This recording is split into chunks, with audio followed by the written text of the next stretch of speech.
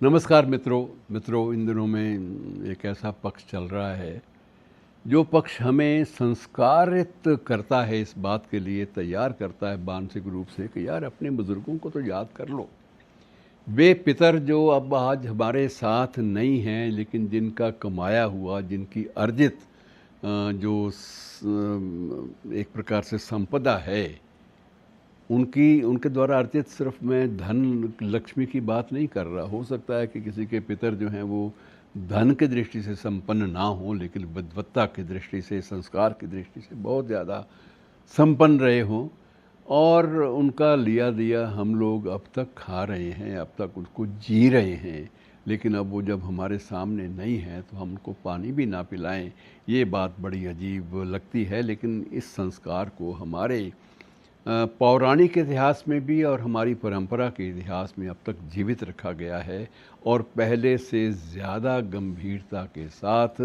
श्राद्ध पक्ष को हम लोग मनाते हैं। पहले से कुछ ज़्यादा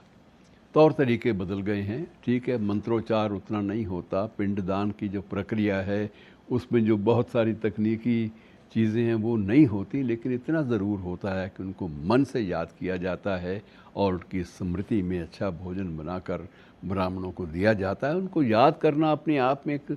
इसलिए भी है कि वो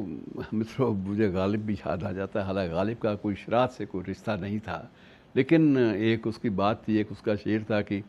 हमने मजनू पे लड़कपन में असद असद उनका तखल्लुस था कि हमने मजनू पे लड़कपन में असद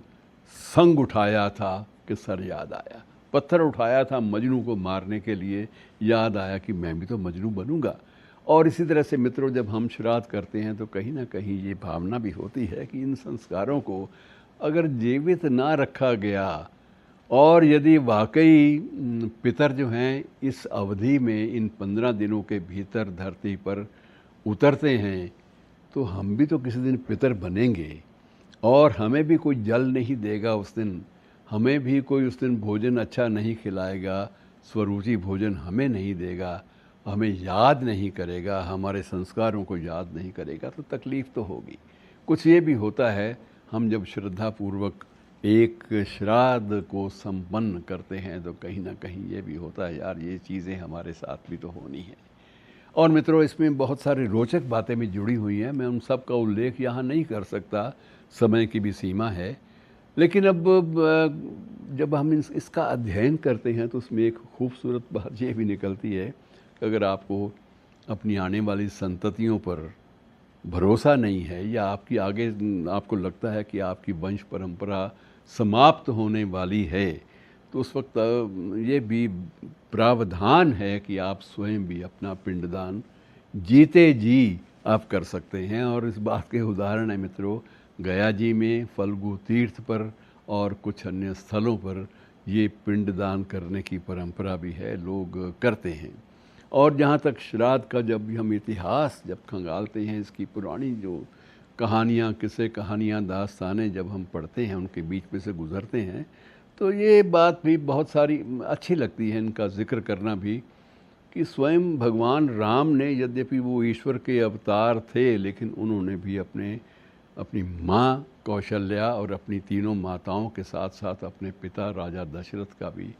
श्राद्ध किया था। इस बात का उल्लेख तब के दस्तावेज़ों में भी मिलता है और ग्रंथों में भी मिलता है। तो मित्रों, एक अच्छी सुखद परंपरा जो शायद विश्व में अन्य किसी देश में नहीं है, सिवाय 2 देशों के, पश्चिमी 2 देश हैं जहाँ भी इस परंपरा को अलग ढंग से मनाया जाता है। सिवाय उन देशों के बाकी